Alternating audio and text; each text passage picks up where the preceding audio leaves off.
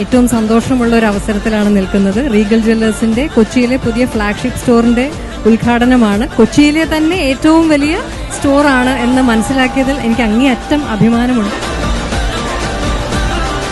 നല്ലൊരു ഓണവും ആരോഗ്യവും മനസമാധാനവും നിറഞ്ഞ ഒരു വർഷവുമായിരിക്കട്ടെ എന്നും ഏറ്റവും സന്തോഷത്തോടെ ആശംസിക്കുന്നു.